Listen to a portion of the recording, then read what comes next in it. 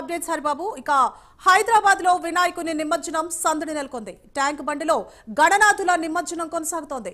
వినాయకుని నిమజ్జనం చూసేందుకు వచ్చిన భక్తులు ట్యాంక్ బండ్ పరిసర ప్రాంతాలు రద్దీగా మారిపోయాయి. నిమజ్జనాల కోసం జీహెచ్ఎంసీ ప్రత్యేక ఏర్పాట్లు చేసింది.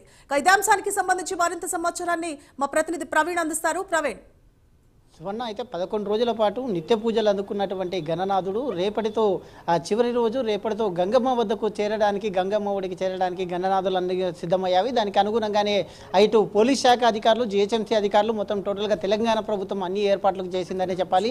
అదేవిధంగా ఈ యొక్క గణేష్ నిమజ్జన ఉత్సవానికి ఈ కార్యక్రమానికి మొత్తం ఎక్కడ గిట అవాంఛనీయ సంఘటనలు జరగకుండా టోటల్గా 25,000 మంది పోలీసులను ఉపయోగిస్తున్నారు. అందులో భాగంగా 20 మంది పోలీసులు మొత్తం టోటల్గా 15,000 మంది పోలీసులు సిటీ అవుట్కట్లో వాడుతుంటే అదేవిధంగా జిల్లాలో ఉన్నటువంటి పోలీసులు ఈ జిల్లాలకు చెందినటువంటి 10,000 మంది పోలీసులను వాడుతున్నారు. మొత్తం టోటల్గా 25,000 మంది పోలీసులను వాడుతున్నారు.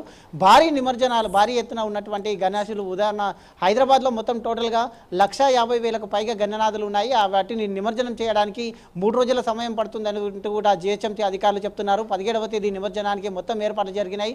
అదేవిధంగా చూసుకుంటే 2 ముఖ్య ఘట్టాలు, ఒకటి బాలాపూర్ లడ్డు ఎంత విశేషమో తెలుసు. బాలాపూర్ గణేష్ కూడా 5 గంటలకే నిమజ్జన కార్యక్రమానికి బయలుదేరాల్సి ఉంది. కాబట్టి నిమజ్జన కార్యక్రమం 9 గంటలకు లడ్డు వేలం పడ జరుగుతుంది. 9 గంటల నుంచి 11:30 వరకు లడ్డు వేలం పడ జరిగిన తర్వాత 11:30కు శోభయాత్ర ప్రారంభమవుతుంది. అదేవిధంగా ఖైరతాబాద్ గణేష్ చూసుకుంటే ఖైరతాబాద్ గణేష్ 5 గంటలకే మహాఆరతి ఇచ్చిన తర్వాత 6 గంటలకు కట్టింగ్ ప్రాసెస్ మొత్తం చేసేసి 6:30కు క్రెయిన్ పైన ఉంచుతారు. 6:30కు అయితే అక్కడి నుంచి బయలుదేరినటువంటి గణేష్ మధ్యాహ్నం 2:30 సమయం లోపల నిమజ్జనం చేయడానికి అధికారులు అన్ని ఏర్పాట్లు చేశారు.